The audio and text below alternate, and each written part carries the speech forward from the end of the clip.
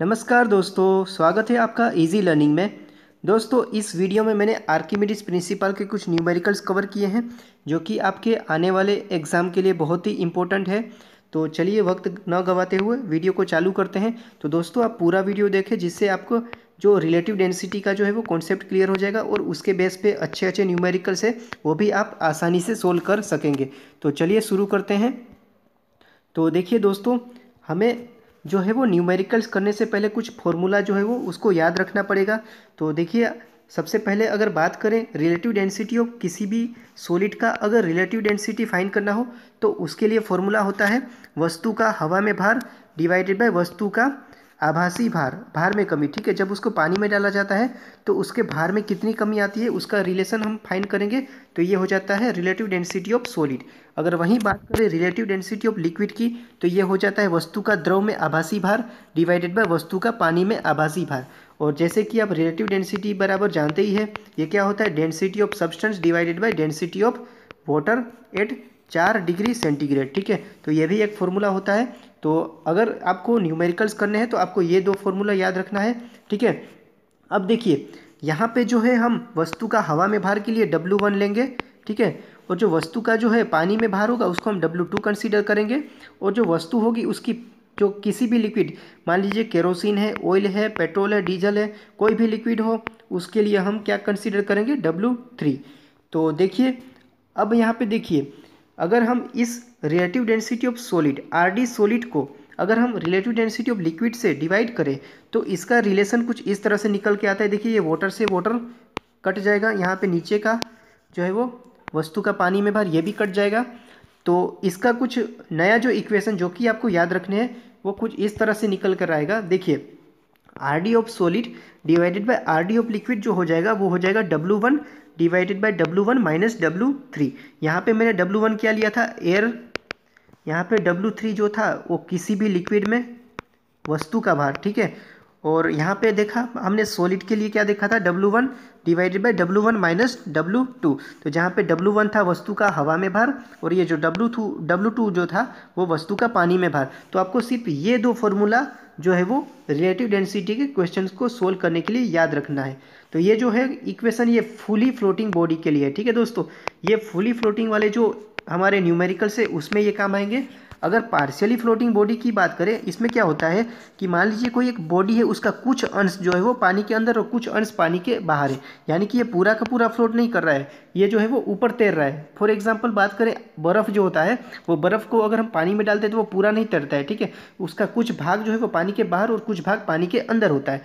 तो इसके लिए आपको आर्किमिडीज फॉर्मूला जो है वो याद रखना है, वस्तु का भार जो कि बराबर होता है वस्तु द्वारा विस्थापित भार के बराबर। तो ठीक है, इसके लिए भी आपको सिर्फ एक ये फॉर्मूला याद रखना है, तो आप इसका भी क्वेश्चन जो है वो सोल्व कर लेंगे।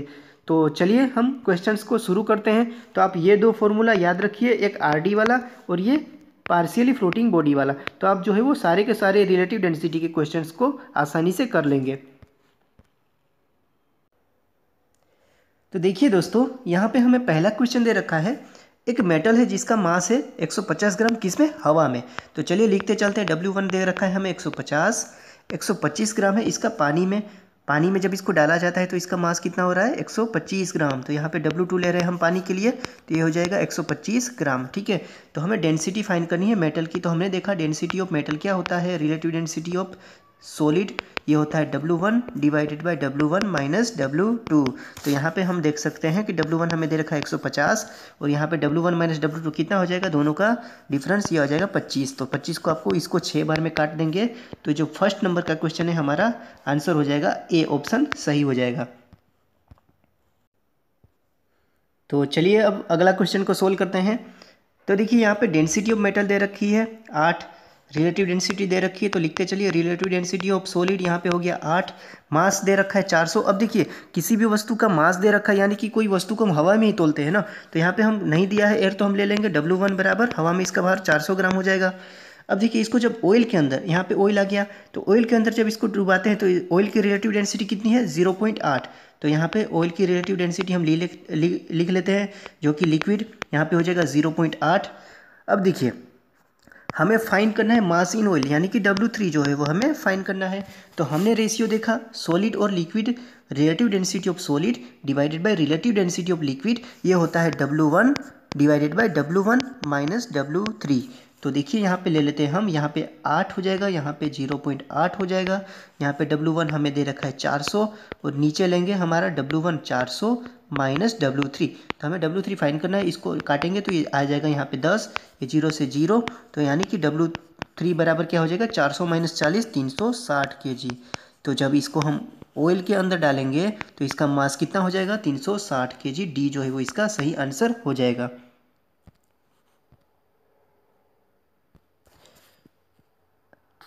चलिए थर्ड नंबर का क्वेश्चन देखते हैं।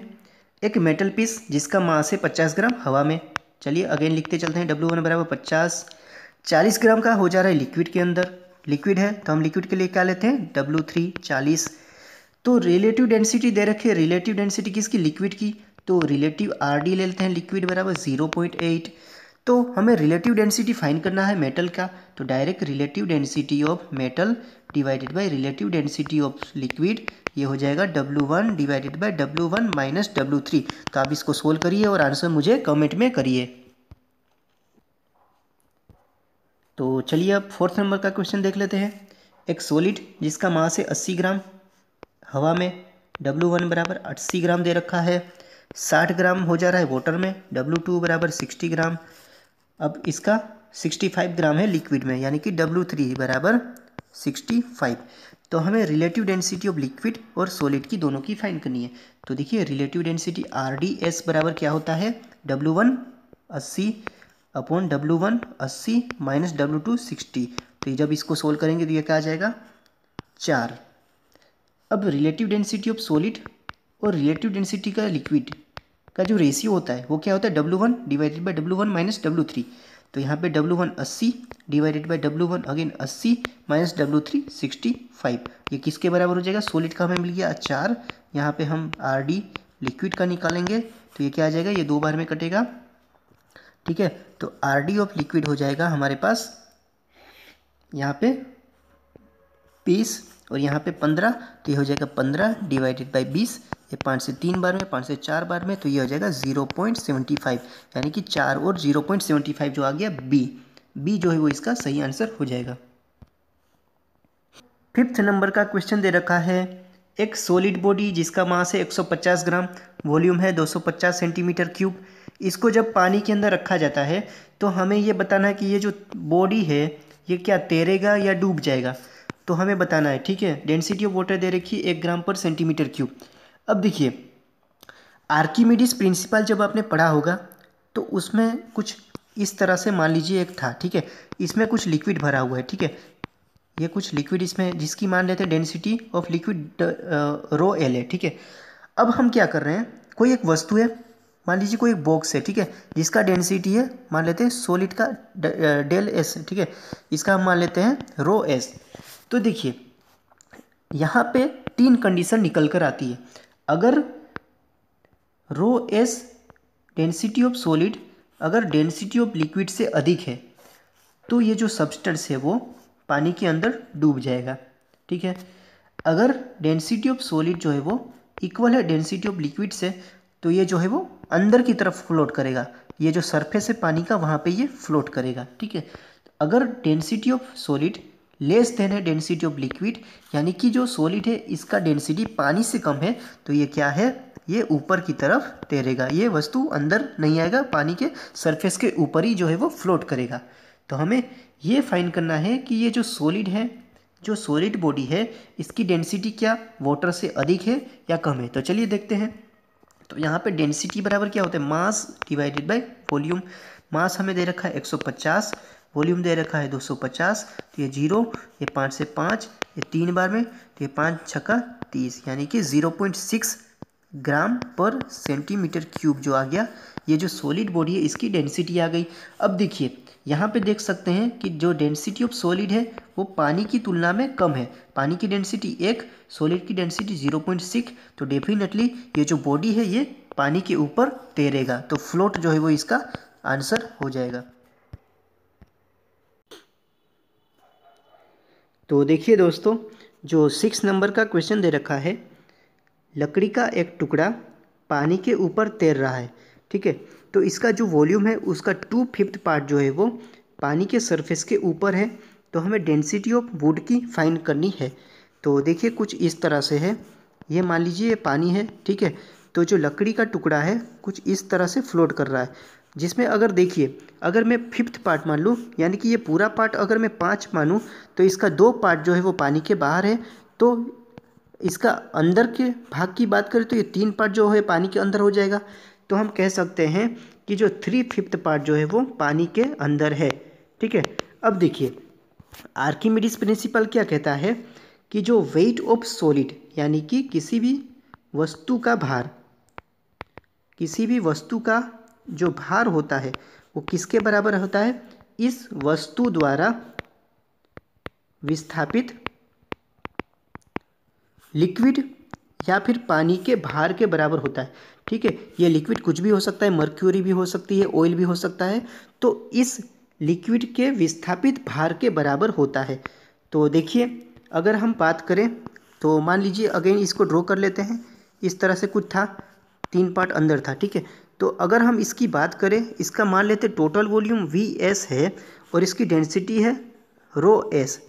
तो वेट क्या हो जाएगा, ρS into VS into G। ये किसका भार हो गया, इस वस्तु का भार हो गया। और ये किसके बराबर होगा, इस वस्तु के द्वारा विस्थापित पानी के भार के बराबर। तो अब हमें वॉल्यूम तो फाइंड करना पड़ेगा ना, ये कितना वॉल्यूम विस्थापित करेगा। अब देखिए इसका 3 पार्ट पानी के अंदर है, तो ये जो इसका पानी का अंदर वाला जो पार्ट है, जितना पार्ट इसका पानी के अंदर है उतना ही ये जो है वस्तु जो है वो स्थान घेरेगा पानी के अंदर, और उतना ही पानी जो है वो डिस्प्लेस करेगा। तो अगर बात करें वॉल्यूम ऑफ वाटर की, ये कितना हो जाएगा, 3/5 वॉल्यूम ऑफ सॉलिड, यानी कि सॉलिड का 3/5 जो पार्ट होगा ये वाटर जो है वो डिस्प्लेस होगा, क्योंकि अंदर जितना पार्ट है उतना ही ये डिस्प्लेस करेगा। तो अगर हम बात करें कितना वेट डिस्प्लेस हुआ पानी का, तो ये डेंसिटी ऑफ वाटर इंटू यहाँ पे वॉल्यूम कितना हो गया 3/5 VS, और यहाँ पे ये हो जाएगा G। तो ये G से G कट जाएगा, यहाँ VS से VS कट जाएगा। तो हमें डेंसिटी ऑफ सॉलिड फाइंड करनी है। तो डेंसिटी ऑफ सॉलिड ये बराबर हो जाएगा, डेंसिटी ऑफ वाटर कितना होता है 1000 kg/m³ इंटू 3/5। यहाँ पे 3/5 बच गया, तो ये 5 से 2 बार में काटेंगे तो ये हो जाएगा 600 kg/m³। तो ये जो वुड है, ये जो लकड़ी है, इसका डेंसिटी क्या हो जाएगा 600 kg/m³। तो इस तरह से आपको इस फ्रैक्शनल वाले क्वेश्चन को इक्वेट कर लेना है, वस्तु का भार जो कि बराबर हो जाएगा वस्तु द्वारा विस्थापित पानी के भार के। जो अगला क्वेश्चन दे रखा है, एक आइसबर्ग है, ठीक है, वो फ्रेश वाटर के ऊपर तैर रहा है। इसका कुछ पार्ट जो है वो वाटर के सरफेस के बाहर है। तो हमें इस फ्रैक्शन इसका फाइंड करना है, जो वॉल्यूम है आइसबर्ग का, इसमें से इसका कितना पार्ट जो होगा पानी के सरफेस के अंदर होगा। अगर डेंसिटी दे रखी है आइस की 917 kg/m³। तो जैसे हमने पहला क्वेश्चन देखा उसमें इक्वेट कर लेते हैं आर्किमिडीज प्रिंसिपल बराबर वेट ऑफ सॉलिड, जो कि बराबर हो जाएगा वेट ऑफ वाटर डिस्प्लेस्ड, ठीक है। तो यहाँ पे अगर बात करें सॉलिड का वेट कितना हो जाएगा, density of solid into volume of solid into G। और यहाँ पे वस्तु द्वारा विस्थापित पानी का भार कितना हो जाएगा, ये हो जाएगा डेंसिटी ऑफ वाटर इंटू यहाँ पे वॉल्यूम ऑफ वाटर इंटू यहाँ पे G। तो ये G से G कटेगा। अब देखिए हमें फ्रैक्शन फाइंड करना है। तो ये जो वेट वॉल्यूम ऑफ वाटर होगा ये किसके बराबर होगा, ये जो लकड़ी है, ये जो आइसबर्ग है, इसका कितना पार्ट पानी के अंदर है उसके बराबर होगा। तो ये VW डिवाइडेड बाई VS, जहाँ पे V इसका टोटल वॉल्यूम जो कि लकड़ी आइसबर्ग का है, और VW जो है वो इसका वॉल्यूम जो कि पानी के अंदर है, ठीक है। तो ये किसके बराबर हो जाएगा, ये हो जाएगा density of solid divided by density of water. Density of solid जो कि 917 जो कि आइसबर्ग है, और डेंसिटी वाटर जो होती है वो 1000 होती है। तो इसको जब काटेंगे तो ये 0.917 जो है वो पार्ट जो है वो पानी के अंदर होगा, ठीक है। तो इसका आंसर हो जाएगा 0.917। एक मेटल पीस जिसका मास है 6.5 kg इन एयर, तो यहाँ पे W1 बराबर हो जाएगा 6.5। 3.5 kg इन वाटर, W2 बराबर हो जाएगा 3.5। और इसको पूरा पूरा जो है वो लिक्विड में डुबाया जाता है जिसकी स्पेसिफिक ग्रेविटी है 0.8। तो यहाँ पे हम ले लेंगे relative density of specific gravity जो है वो बराबर ही होता है रिलेटिव डेंसिटी। ठीक है, तो यहाँ पे जो दे रखा है किसका, लिक्विड का 0.8। ठीक है, तो हमें मास ऑफ लिक्विड फाइंड करना है। तो देखिए सबसे पहले दोस्तों देखिए रिलेटिव डेंसिटी ऑफ सॉलिड हम फाइंड कर लेंगे, जो कि हम फाइंड कर सकते हैं। वो क्या होता है W1 divided by W1 minus W2। ठीक है, तो यहाँ पे W1 दे रखा है 6.5 और यहाँ पे W2 की वैल्यू दे रखी है 3.5। तो 6.5 माइनस 3.5 करेंगे तो यहाँ पे आ जाएगा 3। तो ये जो आ गई क्या आ गई, ये रिलेटिव डेंसिटी ऑफ सॉलिड की आ गई। तो अब हमें फाइंड करना है क्या, मास ऑफ लिक्विड। तो अब देखिए रिलेटिव डेंसिटी ऑफ सॉलिड हमें मिल गई, रिलेटिव डेंसिटी ऑफ लिक्विड दे रखी है। तो हम ले लेंगे 6.5 relative density of solid divided by relative density of liquid, यहाँ पे 0.8। ये किसके बराबर हो जाएगा, W1 divided by W1 minus W3। तो यहाँ पे W1 दे रखा है कितना 6.5, यहाँ पे W1 6.5 और यहाँ पे W3 आ जाएगा। ये 2 था सॉलिड के लिए और अगर हम दोनों का रेशियो लेते तो यहाँ पे 3 आ जाता है ना, तो जो कि हमें फाइंड करना है W3। ठीक है, तो ये देखिए 6.5 से ये चला जाएगा तो यहाँ पे आ जाएगा 6.5 माइनस W3 और ये गुना करेंगे तो ये आ जाएगा 2.4। तो यहाँ पे W3 की जो वैल्यू आ गई ये आ गई 4.1। तो ये जो है 4.1 kg जो होगा ये इस मेटल पीस का मास हो जाएगा किस में, लिक्विड के अंदर। ठीक है, तो इस तरह के कुछ क्वेश्चंस थे दोस्तों। तो आई होप आपको वीडियो अच्छा लगा होगा। तो चलिए प्रैक्टिस करते रहिए, जितने मैंने क्वेश्चंस कराए हैं तो उसकी आप अच्छे से प्रैक्टिस करें तो आपको इसका ज़रूर एग्ज़ाम में लाभ मिलेगा। तो चलिए मिलेंगे, धन्यवाद दोस्तों।